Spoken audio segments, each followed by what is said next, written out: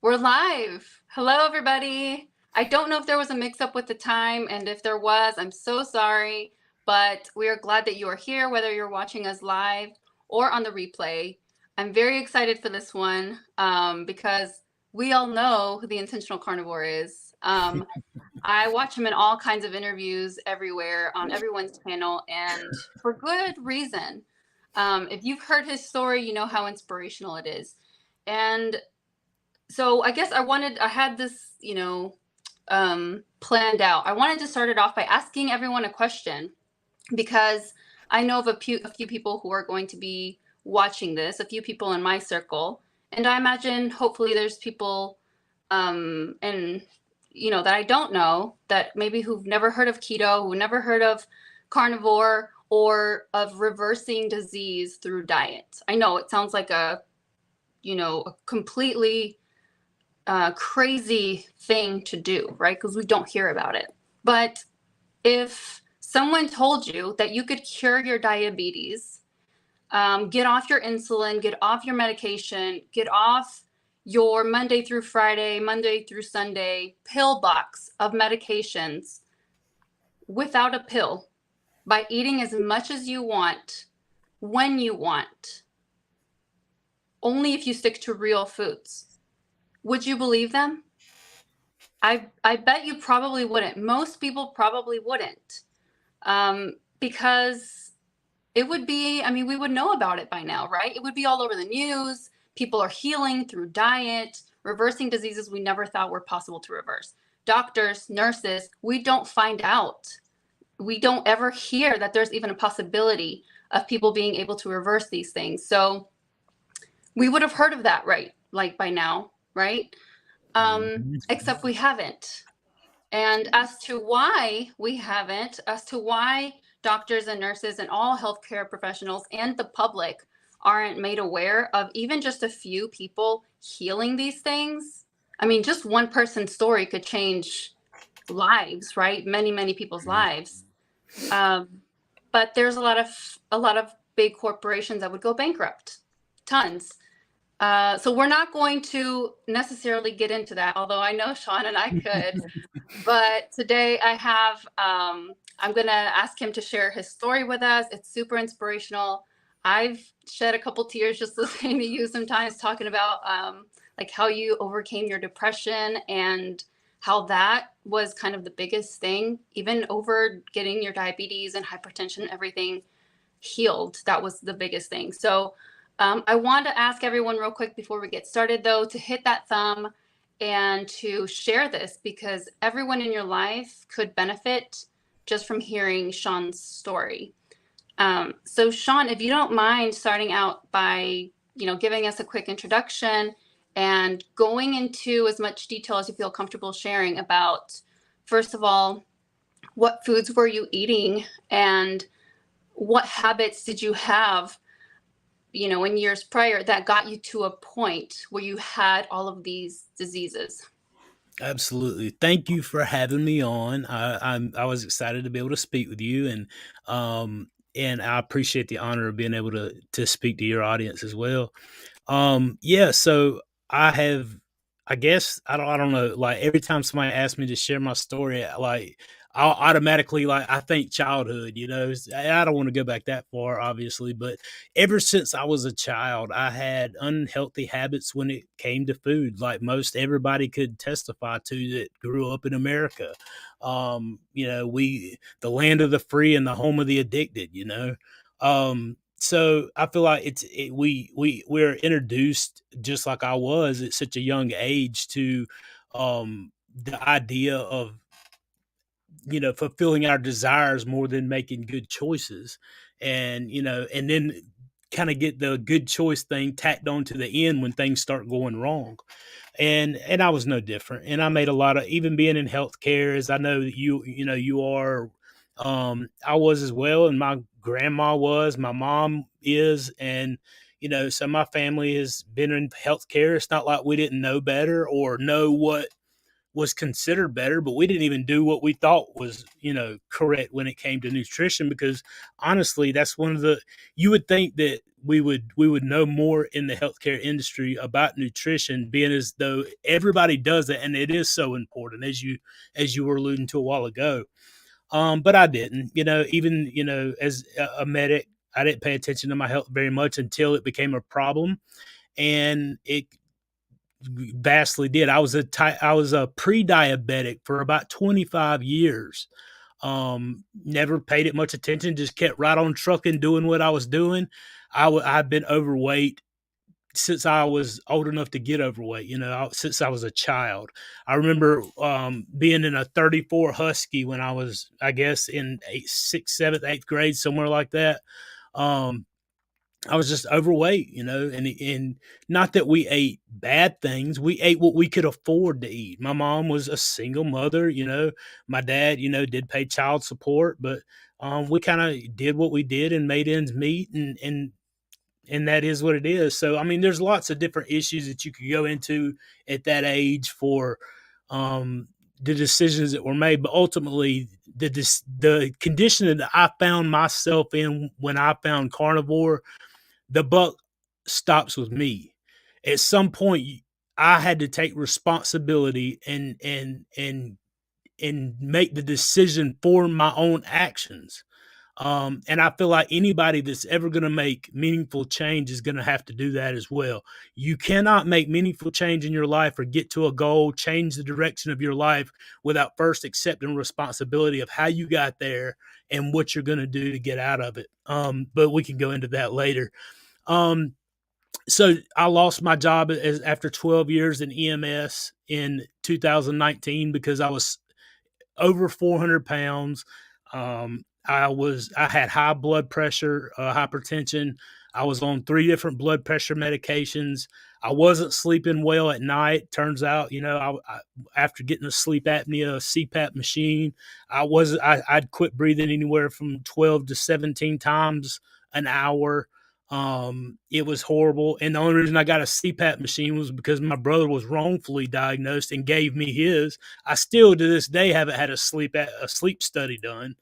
But I also don't stop breathing anymore during the night, according to that machine that I sometimes wear because of habit, and sometimes I just don't. Nevertheless, there was so many issues. I had gout. I was taking allopurinol and colchicine because I would have gout flare-ups that would cripple me. The depression was debilitating. After I lost my job, I would lay on the couch. I would just, like I said, I was in a hopeless situation. I spent 3 years after, along with 2019 COVID hitting. So everybody was in lockdowns.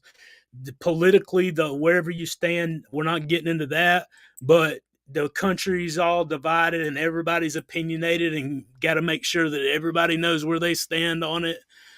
Those kinds of things. So it was like hostiles everywhere, blasting everything, and and being in the shape that I was in, I just like got to the point where I just could not stand the thought of facing another day. And I just kept sinking and sinking. And eventually, like I said, from 2019 to 2022, I basically laid on the couch. I would watch videos. I would play video games with a friend of mine. And that's about it. I couldn't do a whole lot else. I was over 457 pounds. I couldn't take a shower without being out of breath and having to sit on the side of the tub. It's not something that I'm proud of, obviously, because at 39 years old, not being able to bathe yourself and do simple tasks, walk to the car without being out of breath. I mentioned the other day I couldn't get in the car and go on any trips because the plastic on my Honda Accord would like press into the sides of my legs, and it was just so uncomfortable. A lot of places I would be asked, do you want to go so and so place? And even though I hadn't changed the way I was eating before Carnivore, I would judge whether I was going to go or not, even with my wife and kids, based on, well, I wonder, do they have booths or do they have seats that I can sit in? Because I don't want to have to cram up in a seat and be uncomfortable. I don't fit in those seats. And there's, is it a long walk from the car to the door? Because I'll be out of breath and then I'll have to stand and wait for a seat, and I would get to where I would fall over just about. And so, obviously, it's a lot of situations that I was facing mentally and physically. And so I laid there on that couch for 3 years, and one day I just stumbled across a Joe Rogan video. Him and Rhonda Patrick were discussing the carnivore diet. Rhonda's obviously not a big advocate for carnivore, but their discussion got me to thinking about carnivore and about the way how our food affects us. And it was I never had given very much consideration to food affecting us in that way. Obviously, I thought if you eat too much food, you're gonna get overweight. I'm fat because I ate too much food and I didn't walk enough. I didn't work out enough. I didn't, whatever. But it never occurred to me how food actually affects every detailed mitochondria in our body. Our body's made up of what we put in it. We eat. Mhm. Um, I don't and think we're supposed to think about it that hard. right. I really don't. I'm not I don't know if I'm a conspiracy theorist, but I'm a skeptic at heart, and I Mm-hmm, don't believe any of the BS that this isn't on purpose or anything like that. I think it's very intentional. This isn't the first time, like, and you guys, if you haven't heard of people reversing disease, Shawn's story is amazing, but he's far from the only person who has done this. It exists out there. It's why don't we know about it? mm-hmm, So that's what gets to me is why isn't this news? Big news. Like, there's ways to get news out. Like, there's certain things that if you talk to anyone in the world, they'll know exactly what you're talking about, because TikTok, because Instagram, because whatever. Why mm-hmm. isn't this thing one of them? It doesn't benefit those who reap the benefits, Oh, so 100%. I've said that more than I can even count. Like, if like there is no reason than what is it? The American Diabetes Association. There is absolutely no reason they don't have low carbohydrate ketogenic way of eating plastered to everything. There's only one reason that they don't do that, and it's in their back left pocket usually. yeah. It's their wallet, okay, or their Mhm. pocketbook, if you will. Otherwise, what else out there? Somebody answer me. If eating a vegan way of eating could cure diabetes, you would hear me right now talking about being a vegan. If Mhm. eating the standard American diet could cure type 2 diabetes, you would hear me talking about the standard American diet. I had type 2 diabetes. I don't want to eat my legs off, taking my fingers off, making me go blind, putting me on a medication that I'm never going to be able to function, causing me to sleep half the day. There's only one reason they don't tell you what can fix that problem with the only thing that's fixing that problem. There's Yeah. only one thing fixing it.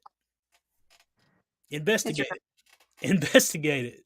Anyway, Mhm. I'm sorry. I'll go off on you. Got me on you get me fired up, girl. No, that's the tangent I put you on. So no, Oh. no, let me tell you something, because this is something that I even meant to brought up in the last live that I did, which is ridiculous. And I think it starts with the education that we give to the people who are supposed to educate others. Mm-hmm. So I really think it has to start, if there will ever be a change, I don't know, but it has to start with healthcare. Those are the people trust. Mm-hmm. They should trust, right? Like, you go to the doctor to get better, and Mm-hmm. you trust them to be able to give you sound, clinically backed advice. Um, so this is a crazy story. My mom is a diabetic. Probably was diabetic way before she found out, but nevertheless, she found out.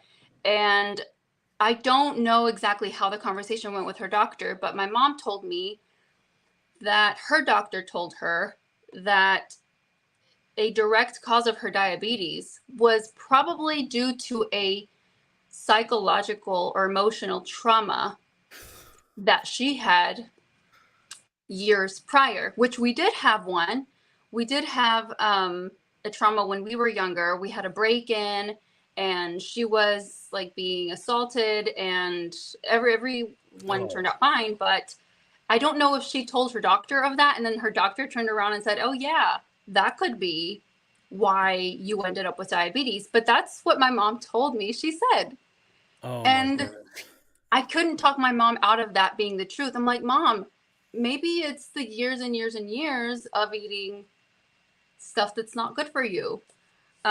But she's like, no, I've been drinking my green smoothie, and I've been drinking this, and I've cut down on the sweets. But then, I try to tell her mom, like, even if it's not sweet, if it's a carbohydrate, it's sugar.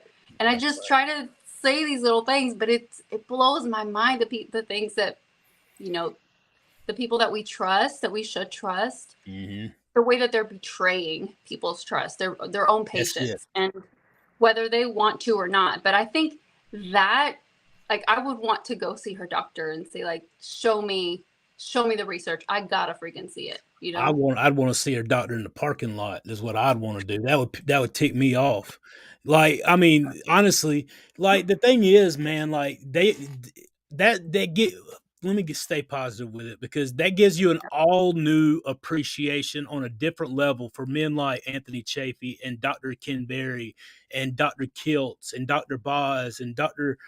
Oh man, I could be here all night, talking to, Dr. Salvez and um oh man, Dr. Hampton, there's so many, and I know I'll leave somebody out, but like, um, and that's why I have all but given up hope in healthcare ever.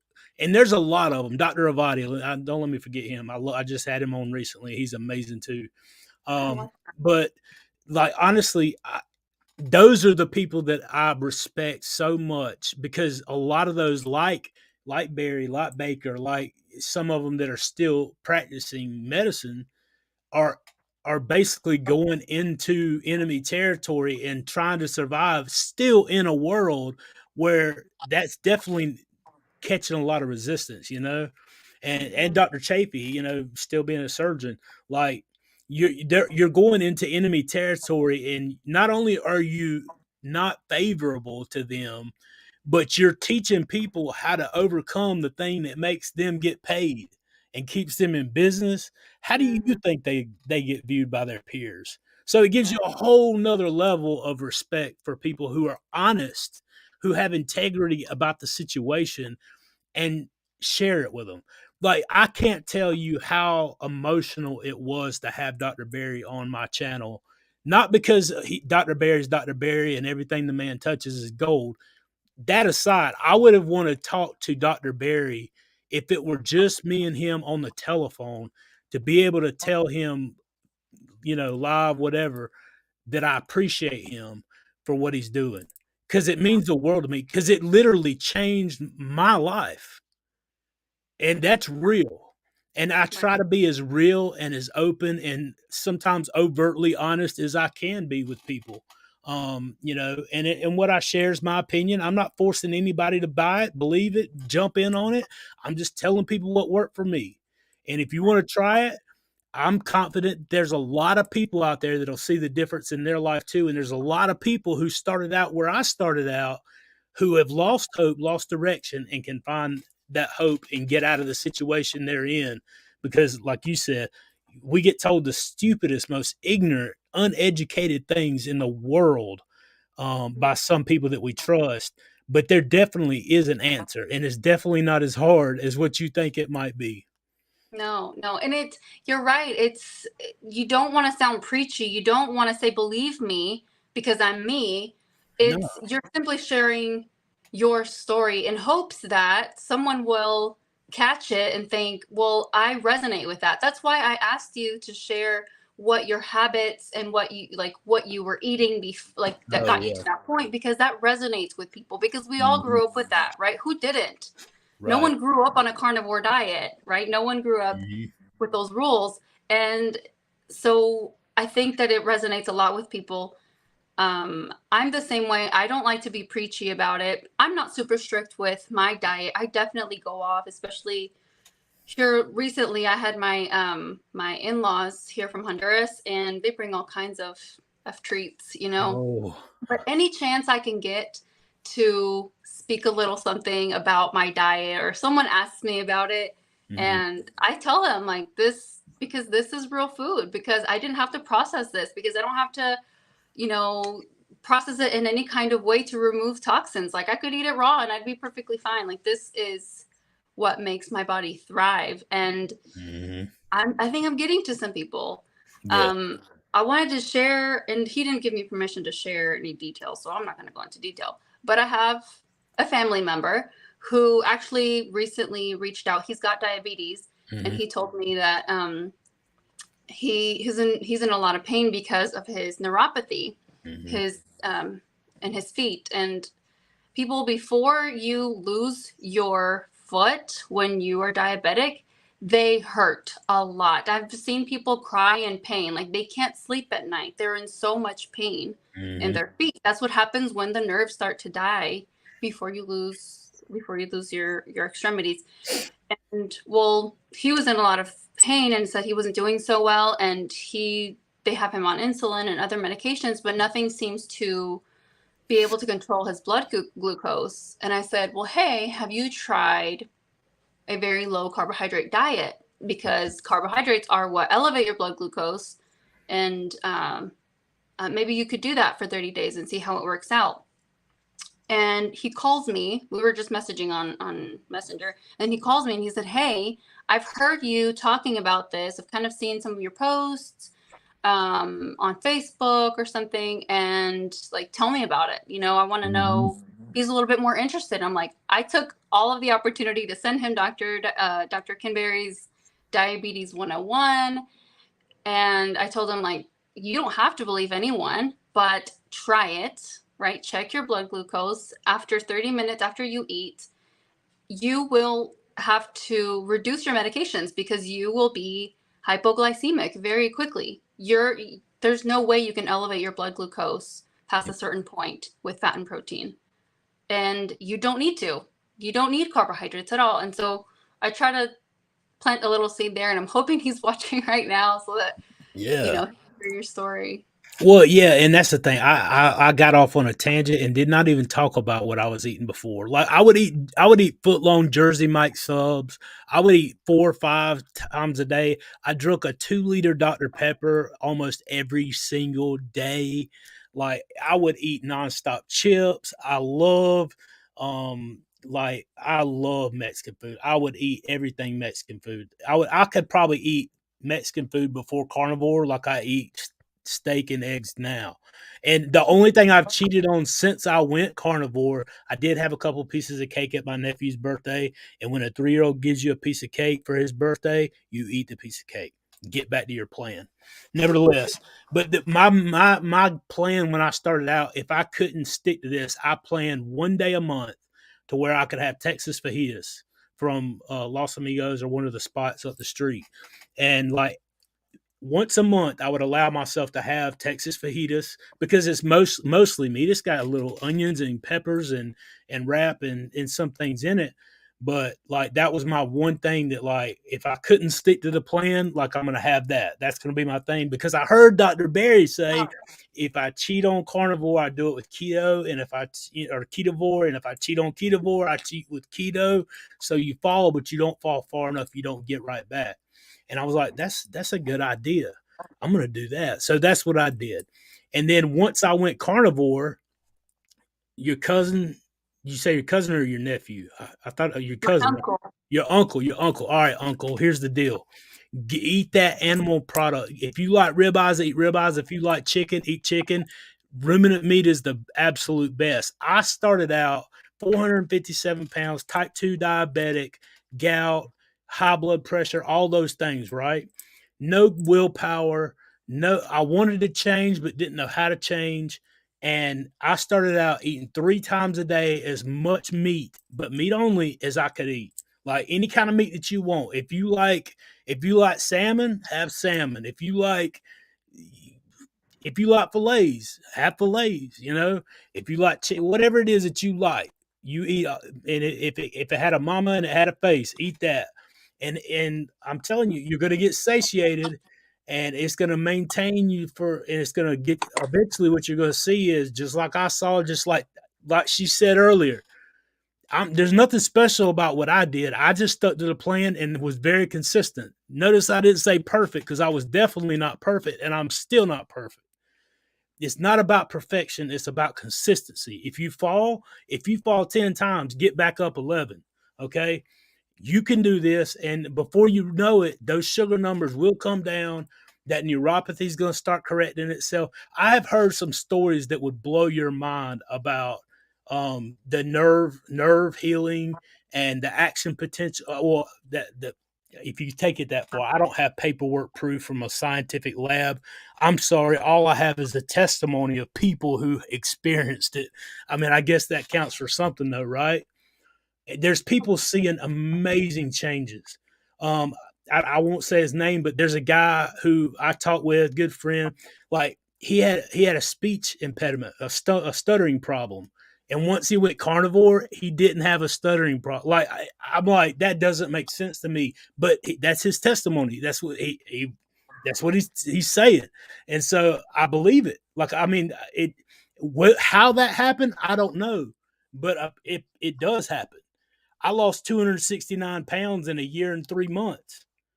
Like I don't know of people that lose weight that quickly. Like there's plenty of people that do. I'm finding stories about it, and remain healthy. My blood work is healthy. I had my blood work done. Like you don't lose weight without that quick, without having those issues. People don't reverse type 2 diabetes. Gone. I'm off of all 3 blood pressure medications, and my medications are gone, and my blood pressure is fine. I haven't taken allopurinol and colchicine for over a year, and I haven't had a gout flare up. I told you about the CPAP and sleep apnea machine. Like, and it's not something that's just special about me. I've heard of people who thought they were going through menopause, getting pregnant at a later age in life, like stuff that doesn't make sense. People whose hair turned gray and is going back to their original color. Like, how does that happen? It's amazing what the proper human diet will do for you.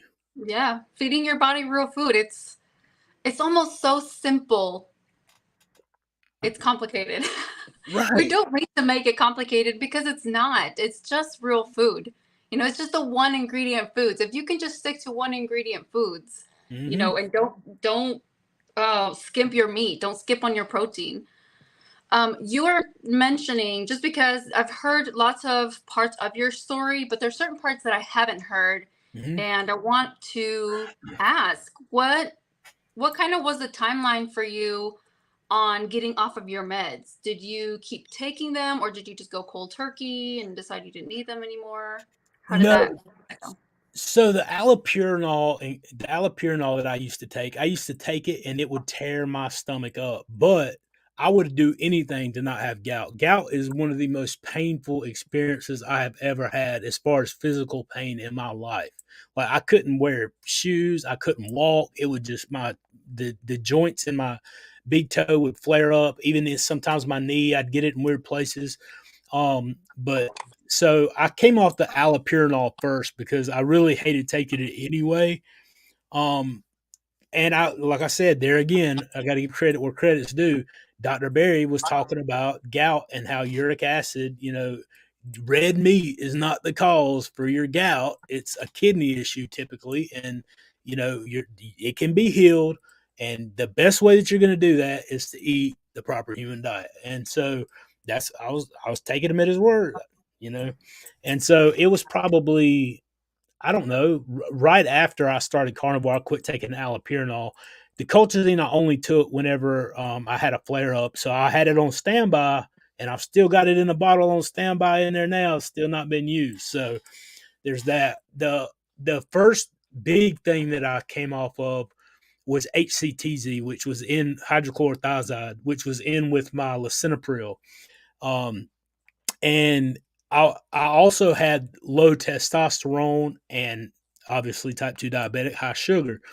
And I was researching and listening to Dr. Berry and some of the other docs who speak in the space. and talking about a different issue, but they said something about the side effect of HCTZ being that it raises your sugar level. It can elevate your sugar level. Well, that got me to thinking, like, what the crap? Like, I'm a type 2 diabetic taking HCTZ in with my blood pressure medicine. That was slick, you know. So I start looking into it. Not only does it raise my blood sugar, but it also lowers my testosterone. I'm on testosterone replacement, and I'm a type 2 diabetic getting ready to go on medications for that, and a medicine that makes these things exacerbates it. Are you kidding me? You caused the problem so you can fix it and charge me for it? Anyway, I digress again. Not to mention, they all mess with your liver a Oh lot. yes, absolutely. And I had but not. they got a pill for that too, just in case you need one. Right. I also had non-alcoholic fatty liver disease, by the way. Oh, Yeah. So it could have been because of that too. Let's just sabotage the whole system and get paid for it when we try to fix it. Nevertheless, I digress. I get back on track and stay focused here. But so the HCTZ was the first one. The first week of July this year is when I finally got off the other two. I had amlodipine and the lisinopril, and the doc had told me that my blood pressure was getting lower and lower. But even though I knew that it was in my head, like I'm like, all right, you know, I can quit taking the gout stuff because if I get a gout flare up, I know I've got colchicine and I've got this and I know the right answer and I believe it. I believe it and it's healing and I'm seeing it heal. But I also know that if I quit taking this medicine and something weird goes on with my body, what if this medicine doesn't work again? And that's where I feel like, you know, we it's easy for us to say some things, but like that's where my faith comes in. You know, and I have to mention that as well because, you know, I feel like we should live out what we are and who we are. And so I have to, you know, walk that out. And so I have faith in that my blood pressure was low. I could get down like as you're trained even as a nurse, you would know that when you get down and you stand up, if you get lightheaded and you're on blood pressure medication, you're either orthostatic or you've got a low blood pressure issue. It's a first go to. And so I was having some blood pressure issue symptoms, but I was real nervous about coming off the medication because like my blood pressure was 210 over something. And in my own brain, I was thinking, you know, man, what if it doesn't work if you need it again? I threw that aside. Like I finally came off of it in July. And I haven't had an issue. My blood pressure has been great. It's like 122 over 68. I mean it's crazy because it was 210 over 160 when I went on it. this close to a stroke, That close to potentially. a stroke. And matter of fact, I showed up for work one morning when I was working as a medic. And by the way, this shirt I had outgrown this shirt. It's a new shirt. It was too small for me, and now it's like I I'm gonna wear it as a dress now. But yeah, I showed up for work one morning and I was having my yearly physical exam to redo my benefits for work. And so the nurse practitioner was checking my blood pressure and everything. And she gives me one of those looks and she's like, let me see your other arm. And okay, here you go. And she's like, you can't work today. I was like, I'm at work today. I already clocked in. I was almost late. Like I just clocked in and ran down here to get you to do this real quick. I got to get on a truck. And she's like, no, you don't understand. I'm taking you out of work today. You can't work today. Your blood pressure is like 210 over 160, 170, right in that ballpark. Like you need to go to the hospital or like so you can either go or I'm calling somebody from around back to come get you and take you. I was like, "Oh no, I'll go." And I was like, "Man, how can I get out of this?" In my head, all right, that's how bad. That's where my mind was at that time. How can I get out of this without? I got to get on the truck. I got to get this paycheck. Like I'm about broke as it is, you know. Um, Dang your health, and you're about to have a stroke. I've carried people to the hospital with stroke all the time, but nevertheless, about a year, and I'm Yeah, off all of it. that's freaking amazing. And You know, I don't remember what interview I watched where you were talking, going off on all these diseases that you had. And I Mm-hmm. remember thinking, I think you were listing them off. And I remember thinking that was the majority of our patients. I worked at a family practice. I'm like, there was not very many people who didn't have all of those conditions and then some. Maybe a little Mm-hmm. autoimmune issue, maybe a little kidney disease because of the diabetes, you know, secondary diagnoses, but they were all they're typical. You would be our typical patient that we Mm-hmm. would send across the street to the hospital because, you know, and then you would stay there. They would give you crappy food, Mm-hmm. tell you all the same advice that your doctor's been giving you that's obviously not worked. Basically made you feel that you are not in control of your own body, because no one actually thinks they're in control. Like, otherwise they would understand that what you put in your body is what you're gonna get out of your health.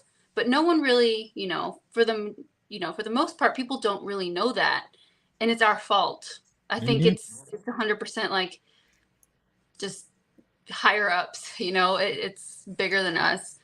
But yeah, we sent tons of people to the hospital. Sometimes the practitioner, whether it was an MD or an NP, would say, if you can drive there, then that's fine because it's just across the street. But many times we didn't even trust them to drive across the street. Mm-hmm. I mean, we saw like 260s, 270s, and like you could, fall on something and have a stroke. Like you really could Oh yeah. be done, and people just don't take it seriously, man. Like Mm-hmm. that's been my overall um I guess like experience with people who are really sick. I remember one patient, because I'm bilingual, and we had a big Spanish speaking patient population, and so I would be translator. And I remember one patient who, I think the nurse practitioner was saying, like, hey, your diabetes is getting really bad. It's this many points worse than last time, than the last 3 months. What's going on? What do you think is going on with your diet or whatever? And he was like, doctor, he called her a doctor. He said, doctor, I'm going to die of something anyways. And he said it with a kind of smug look. And I brushed it off because I didn't know anything about anything. I hadn't even started nursing school at this point. And I kind of took it lightly too. And she said, then don't waste my time. And she walked out of the room. She said, then what are you doing wasting my time? And she walked out. And I Mm. was like, I'll be right back. Right. But it makes sense. What are like, you Mm-hmm. just want a pill? We can refill that at the pharmacy. She can send you a year's supply of a pill. But if you and I don't know, I think part of it is not really patients' fault. I think we really have let down, like the whole system has let down the Mm-hmm. public in general. Like, we are just not in control, and we're not meant to think that we're in control of our diet, of our health. We have to Oh, leave it to absolutely. someone else.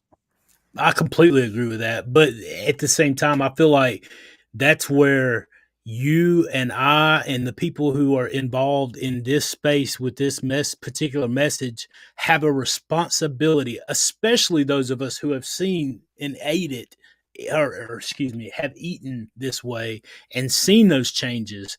It's a responsibility to do all you, and that's what I take it seriously. I really do. You can call me fanatical, you can call me ridiculous, you can call me a zealot, you can call me all the little things that people want to call people, and that doesn't deter me one bit. It doesn't even bother me, okay? Like, I don't understand. I feel sorry for those people who don't understand what it's like to come from a place where you didn't want to wake up and see the next day come to be, to where I am today. But whatever, people are going to be how they're going to be. We have a responsibility to tell the truth to people. And you know what? I'm going to do that. Period. And I respect you because you do that, because other people do that. And they're trying to tell the truth to people who want to hear it and have been searching just like us. Because at the end of the day, I promise you, I'm going to go to bed, I'm going to lay down, and I'm going to sleep probably 7 hours and feel great when I get up. And it's going to be very peaceful. I'm not going to have to worry about, oh my goodness, I don't understand how some of these healthcare professionals can lay their head on a pillow at night and go to sleep knowing that they're lying, deceiving, and deceptive over what they're doing to keep the bills paid. I get it. I understand why. I just don't know how you live with it. Do you think most healthcare professionals know more than they let on, or they've been deceived themselves by the education that they were given? Because let me tell you, I was never given I was given a nutrition book. Ask me when I opened it. Not once, because we never had a question about it. It was all the general questions. Obviously, if you have a hypertensive patient, you're not going to give them the salty thing that, the answer choice. Just avoid the salt. Duh, avoid the fat, avoid the salt. And that's common knowledge. But we never took a deeper dive into nutrition. And it's the same with doctors. That, from what I've heard, Yeah, it's the same. yeah. I don't think that they are overwhelmingly. Um, I don't think they're overwhelmingly out to intentionally to be that way, especially at first, maybe.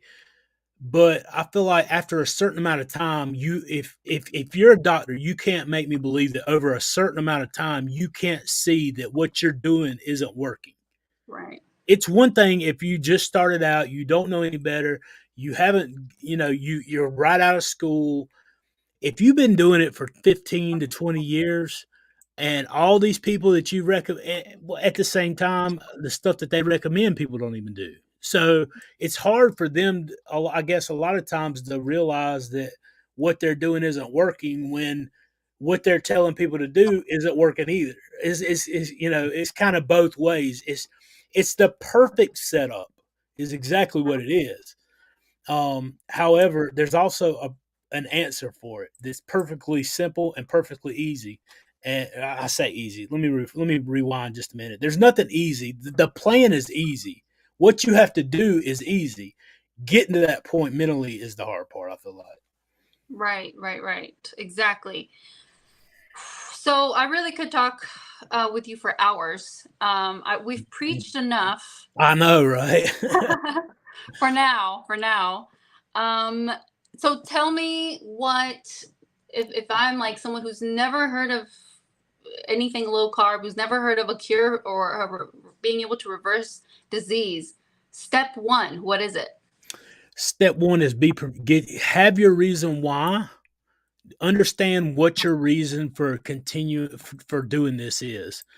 Write it down, and make it something that is not, how should I say it? Make it personalized. Vague goals are like vague enemies. You won't get to them, and you won't get much done about them. Clearly define what you want, what your goals are, what you want to do. Have your whys, and then make your mind up that, like, no matter what the thing is, I'm getting there. Like, no excuse is going to stand in your way, because that's one of the first things. Take that responsibility, and no matter what, because your mind knows you better than anybody, and it knows how to trick you out of everything. And yourself is going to be your biggest obstacle. So that's 100% what I would say. Know your why.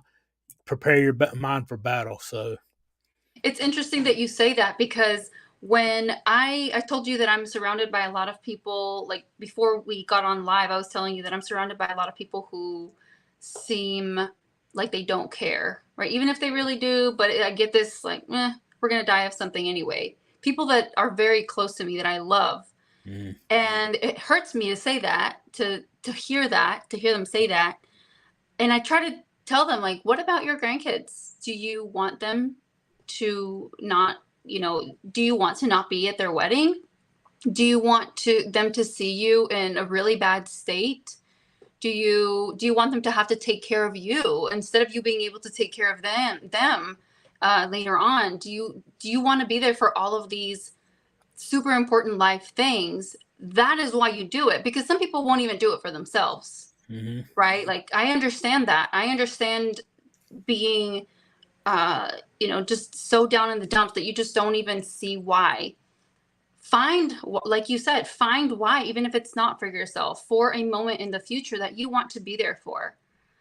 And so I tell that to my mom, and I tell that to anyone who gives me that little pushback is don't do it for yourself if that's not a reason enough why.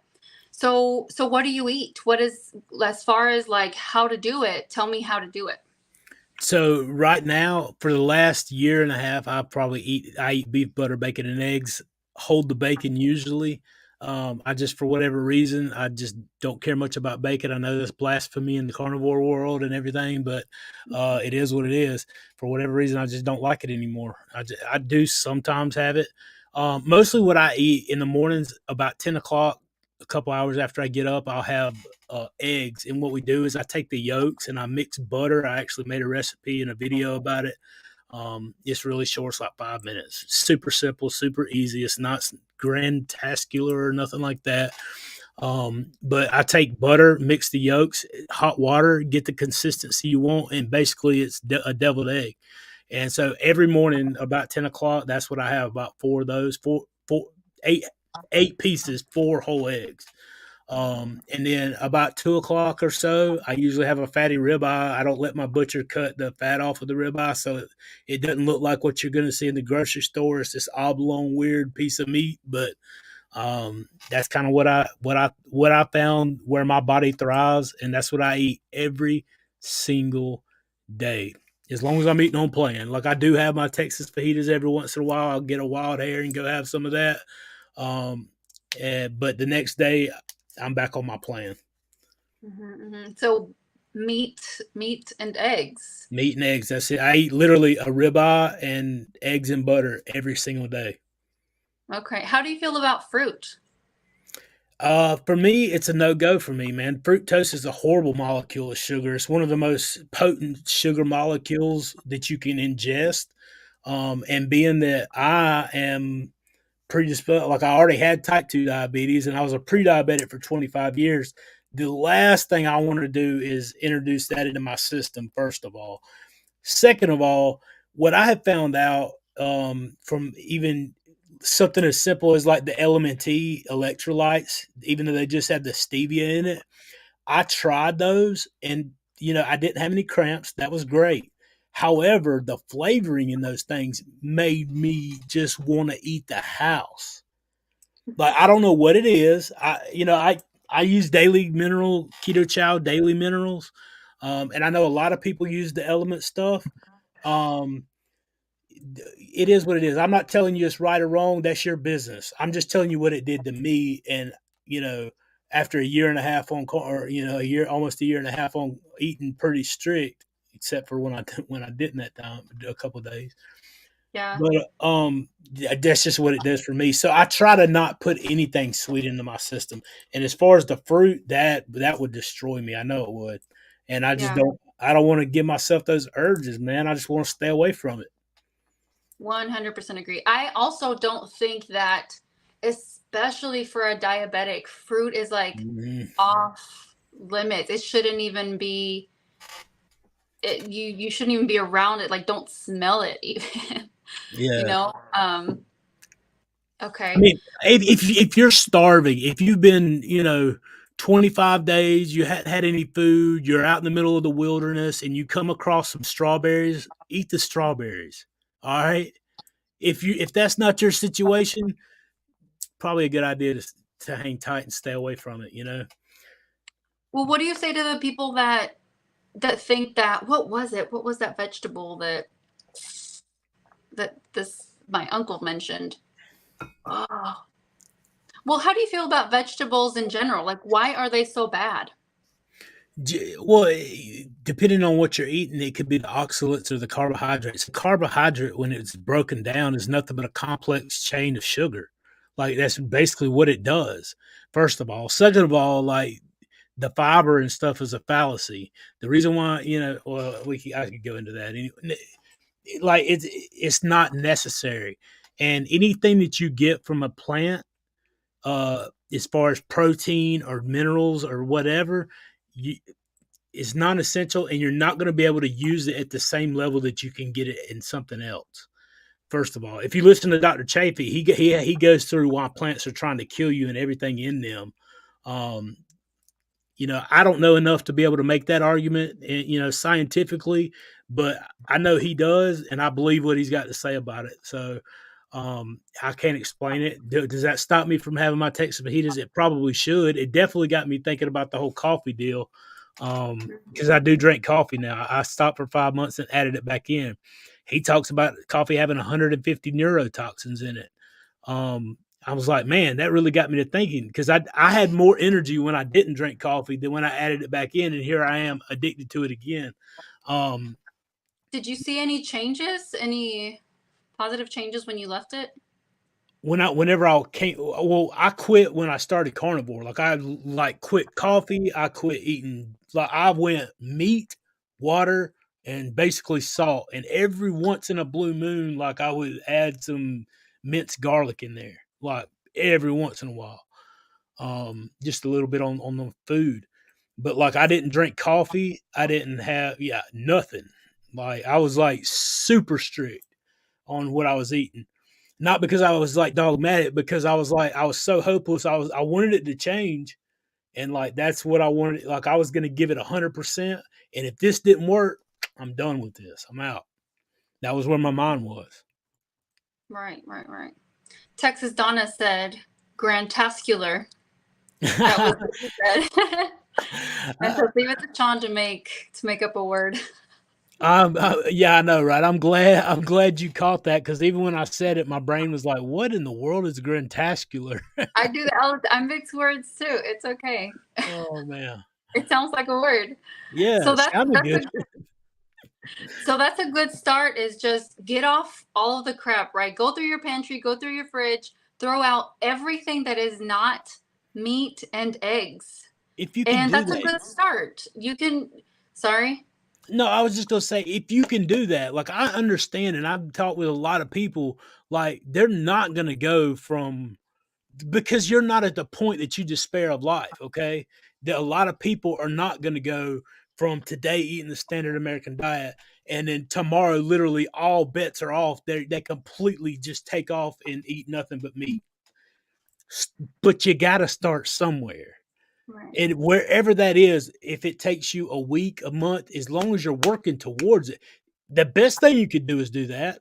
Speaking from Right. experience, I didn't think I could do it, but I was giving it all I had because I was so hopeless, if that makes any sense. And so, Yeah. like, if you can't do that, do what is sustainable as you get 1% better every day, make a better choice, until you get there. Start this week cutting out having just water.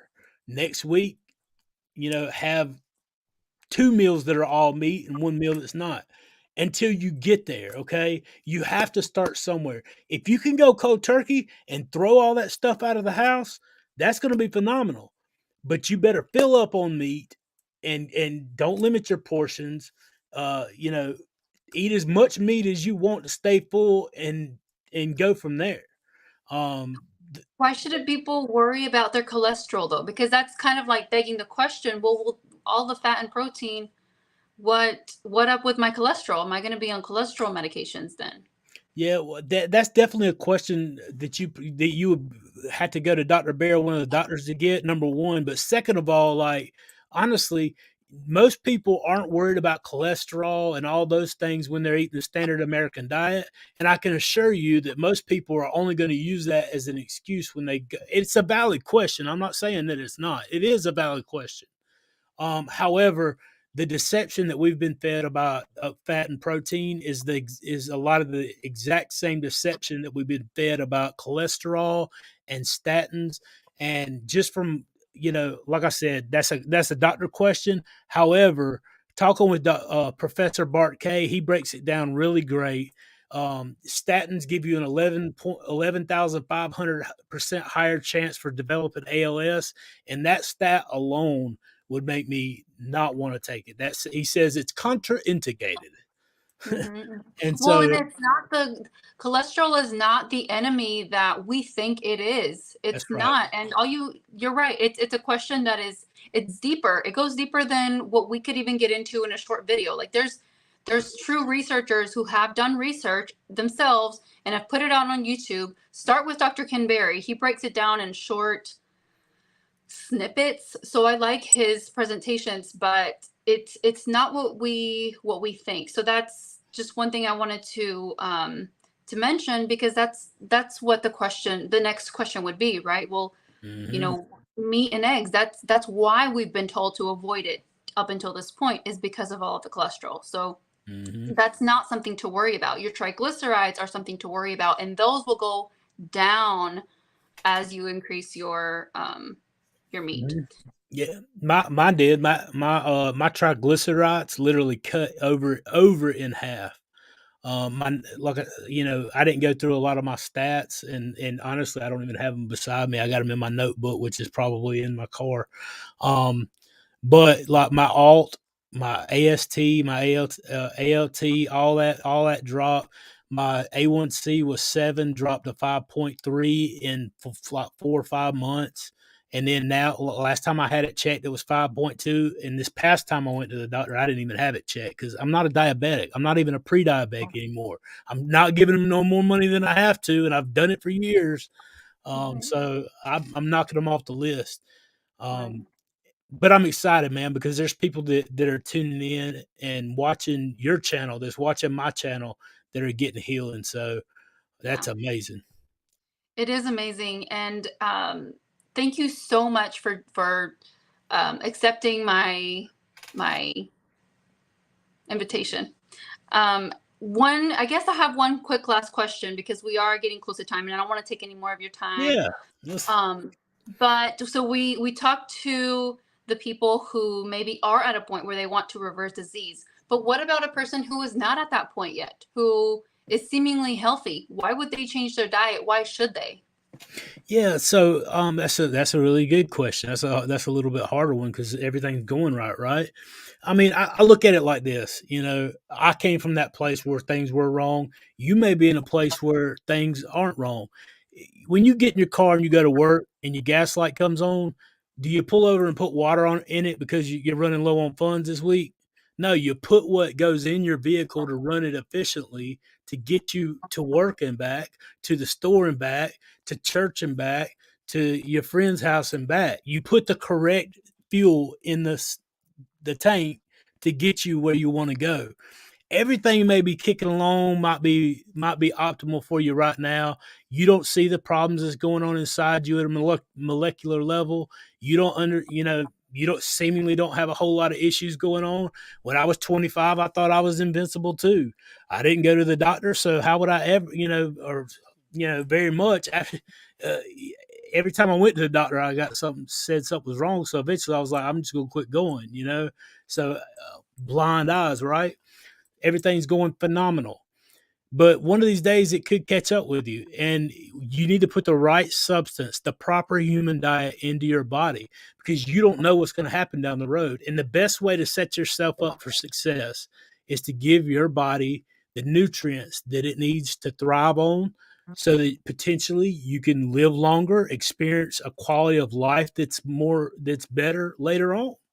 I mean, look at society and the direction it has taken since we've introduced sugars, seed oils, and processed foods into our natural everyday diet. It's the disease, the cancer, the comorbidities that people develop in a short amount of time. The obesity, my goodness, every country on the planet, just about every first world country, um, is suffering from the same problem, and it's overindulgence of their desires that's leading them to go to put the most improper things in that they could have. And so I urge you, I, I don't know how to put it in any more clear or ask you in any other way. Like, if you're thinking about living a long optimal life, being around for your kids, being around for your grandkids, being able to, if maybe you don't have kids, maybe you have a spouse, being around for your spouse. If you say that you love them and you love your kids, doesn't that mean you want to spend as much time, as long amount of time as you possibly can with them? Then the best thing you can do is put the proper nutrition into your body to give you the potential to do that. And I promise you, it will help your body in ways that you never could imagine. I never could have imagined that I feel as good as I feel now.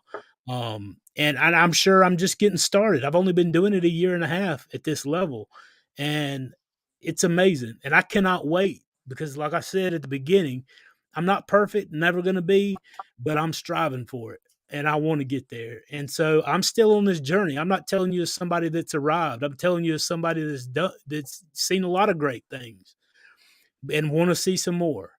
But I think that you'll be glad you did as well. And and that's absolutely what I would tell somebody that doesn't have those problems. Just because you Yeah. don't doesn't mean you're not going to. Life could be so much better. It's amazing what you learn to live with when you think it's the best you've got, right? We hold the keys to our own cage, right? Mhm. Yeah, I couldn't have said it better.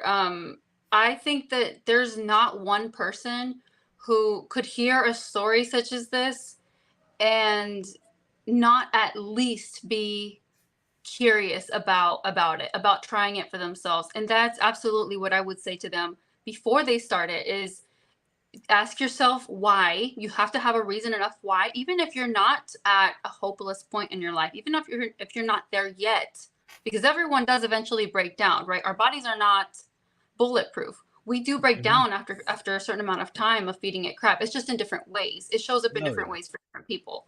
absolutely. Um, but oh, I Oh yeah. lost my train. I There did. was I one wanted to question. say too, like, have your brother call me, or I mean, excuse me, your uncle call me. Like, I'll talk with him. We if he wants to talk to me, if he won't listen to you, wants to talk to me about diabetes, well, I'll talk to him. I mean, the thing is, like, what spurred my mind on it was in my devotion today. I read a devotion by Tony Dungy. I started it a couple weeks ago, and he told this story about his son. He was trying to get his son to eat a good breakfast before he went to school. You know Tony Dungy, the Colts coach, NFL football coach, Tony Dungy. He was the coach for the Colts. I don't watch a lot of football either, but he's a superstar. Anyway, so he wrote a book and he said, talking about his son and doing these devotions. But his son, him being an NFL coach and retired and being very successful, he was trying to get his son to eat a healthy breakfast. And his son wouldn't listen to him. He just kept eating the junk all the time and wouldn't eat a healthy breakfast. So one day, his son comes home and he says, "Dad, we got to get up early. I got to get to school a little early this morning." He's like, "What are you talking about?" So his football coach at his high school told him that they needed to take care of their bodies. And so the first thing they can do by taking care of their bodies is putting the right nutrition into their bodies. And so he's got to get to school because the only thing they got in the house is cereal to eat. And he wants to go to school so he can get some eggs and stuff, whatever. And the point that Tony Dungy was trying to make was, you know, his dad was you never know what your influence is going to be on people. You would think his son would listen to him, but his son ended up listening to his high school. Is like, even though your uncle, you may tell your uncle something, hearing it from somebody else may be something different, or there may be somebody, and that's what I want to encourage you to, because like you're reaching people that I could never reach. You know what I mean? Even if it's just one, your influence is important and it's powerful. And that's what got me going as well. Like, to start off with, if I could change one person's life, if I can influence one person to get it, it was worth it. Right, right. Well, we all do it in different ways. There's people who love sharing Mhm. their experience because they have such a powerful experience. And I definitely have gotten tons of benefits from keto, but nothing even close. Nothing even close. So, yeah, I think I like to reach people in different ways. And I Mhm. really appreciate you coming onto my channel and sharing your story because um, at this point, I'm sure you're comfortable sharing your story, but maybe at times it wasn't, because especially because it hasn't even been that long ago that you were at a hopeless point, and there may have been some like uncomfortable parts of that story that you didn't feel super comfortable sharing. But anyways, I have to let you guys go. Thank you again, Shawn, for coming on my channel. I hope to have you back another time. In the meantime, I'm going to be watching you on tons of other lives, other channels. And I want to thank everyone in the comments, everyone who's been watching up until this point. I'm going to see you guys soon in a vlog. Thank you, Shawn. Absolutely. Thank you for having me. I appreciate it. We'll get you on my show. You take care. All right. Thank you. You too.